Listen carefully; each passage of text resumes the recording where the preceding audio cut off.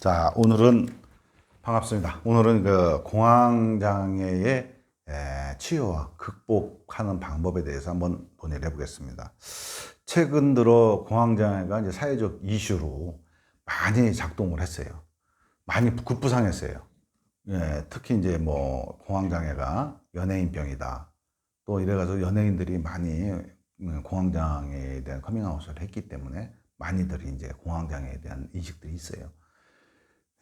사실 이제 드러나지는 않았지만 많은 사람들이 우리 공황장애를 경험을 일생 동안 한두 번 이상 하는 사람들 상당히 많아요. 평균 한 20, 30%가 공황장애를 경험을 해보고 또는 거기서 공황장애의 어떤 그 심각한 것 때문에 삶의 어떤 그 삶이 제한적으로 이루어지는 경우가 많아요. 하지만 공황장애는 특성이 뭐냐면 두 가지로 분류를 해요.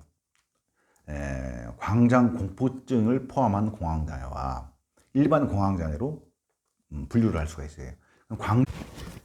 동시에 진행되고 있다. 이렇게 됐어요. 그건 이제 진행되고 있다. 그렇게 나오죠. 그러니까 그런 공황장애가 있을 때에 우리는 이제 그 치료하는 방법 이런 것들은 뭐냐면 주로 약물 의존 그리고 상담을 통한 인지 치료를 하고 있어요. 이제 내가 보는 입장의 공황장애 치유법은 뭐냐면 공황장애라고 하는 것도 사실 우리가 가만히 돌이켜보면 그 발화점이 되는 지점이 있어요. 그러니까 내가 볼 때는 그 불안이 계속 누적이 돼가지고 신경의 오작동에 의해서 공황장애가 초래가 된다. 또 다른 말을 뒤집어서 얘기하면 계속 누적된 신경의 압박이 누적됐던 것들이 어떻게 되냐면 어떤 사건과 조건이 없는 상태에서도 촉발되는 것이 뭐냐면 신경계의 과도한 스트레스를 해소하는 방식의 정신적, 육체적 하나의 기전으로 작동하는 것이 공황장애다. 그 공황장애는 어떻게 따지고 보면 몸의 정상적인 반응이기도 하다라고 하는 거란 말이에요. 하지만 그 정상적인 반응이기도 하지만 내가 결국은 당하는 당사자는 괴롭고 힘들단 말이에요. 이렇게 생각하시면 돼요. 공황장애는 사람들이 뭐 어떻게 해봐라, 그때 당시에 어떻게 해라, 호흡을 하라, 뭐 하라. 절대 그런 것들 다 맥히지가 않아요. 공황장애에 딱 빠지게 되면 맥히지가 않아. 그래도 뭐를 표현하면 가장 쉽냐면 자동차 급발진에 해당되는 거예요. 통제 불능 상태. 저 의성이 육체를 통제도 못할 뿐만 아니라 이 이성 자체도 거기에 그냥 빨려 들어가갖고 그냥 연방 죽을 것 같고 그냥 극심한 공포와 두려움으로 휩싸여 버리는데 거기서 어떻게 내 자신을 떨어져서 보고 뭐하고 할 겨를이 없어요. 그거는 이제 한가한 얘기지. 절대 그렇게 안 돼요. 그런 상태가 됐기 때문에 이것을 치유를 한다는 거, 이것을 치유를 한다는 거에서는 지금 현재는 뭐 주의를 분산한다. 그런데 장소를 안 간다. 편하게 릴렉스를 한다. 이런 여러 가지의 여타의 일들이 있지만 그 근본이 됐던 그 불안의 누적이라든가 두려움의 누적 그리고 타인의 어떤 성장 과정 중에서 성장 발달 과정 중에서 내가 어렸을 때의 그러한 것들 긴장도가 높은 생활을 했단 말이에요. 그 했던 지점으로 찾아가서 그것이 왜 나한테 왔는가 라고 하는 것을 봐야 돼요.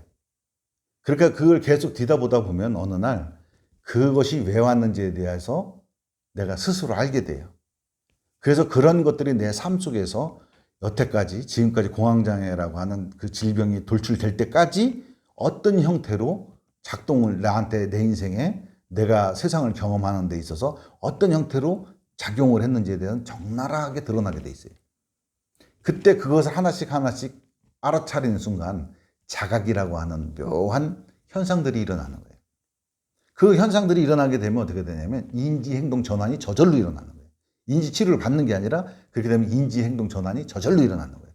그래서 이제 보는 관점, 내가 일어나는 공황장애를 바라보는 관점 이런 것들이 전혀 바뀌어지기 때문에 서서히 공황장애로부터 벗어나게 되는 거예요. 그래서 약물을 드시는 분들은 약물을 드시는 것과 이 두 가지를 병행을 같이 해야 돼요. 병행을 하다 보면 어느 날 문득 약물도 끊고 공황장애뿐만 사라지는 것이 아니라 공황장애를 야기시켰던 그런 마음의 상태들을 어떻게 돼요? 다 그것도 사라지게 되는 거죠.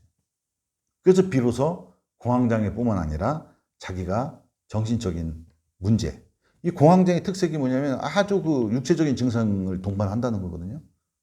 육체적인 상황을 동반하는 건데 그런 것도 다 사라지게 되는 거죠.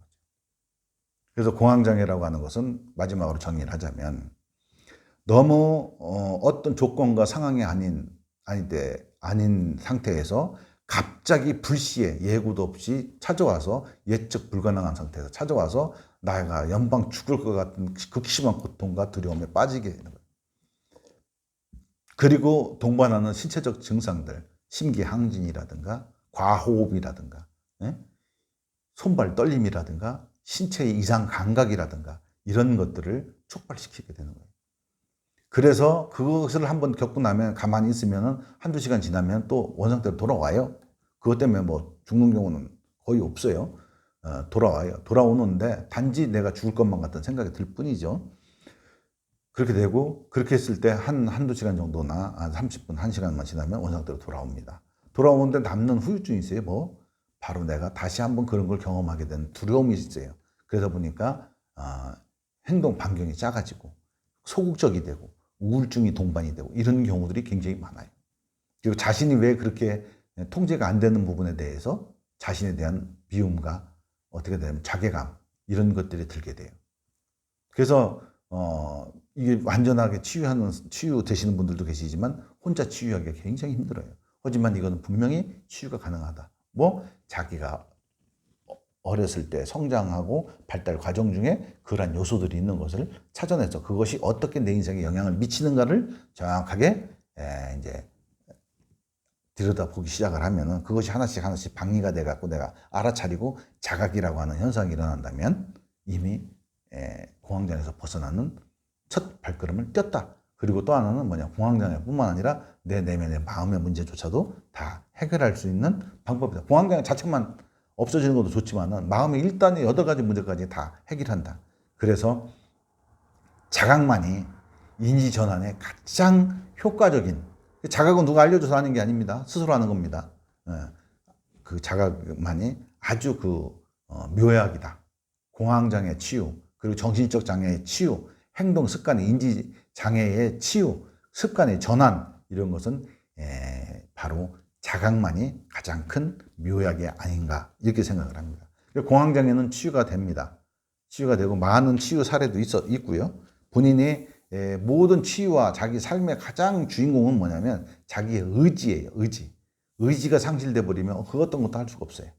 그러니까 의지가 가장 중요한 것이며 그 의지를 가지고 있고 방법만 제대로 찾는다면 공황장애는 탈출을 할 수가 있습니다. 이상.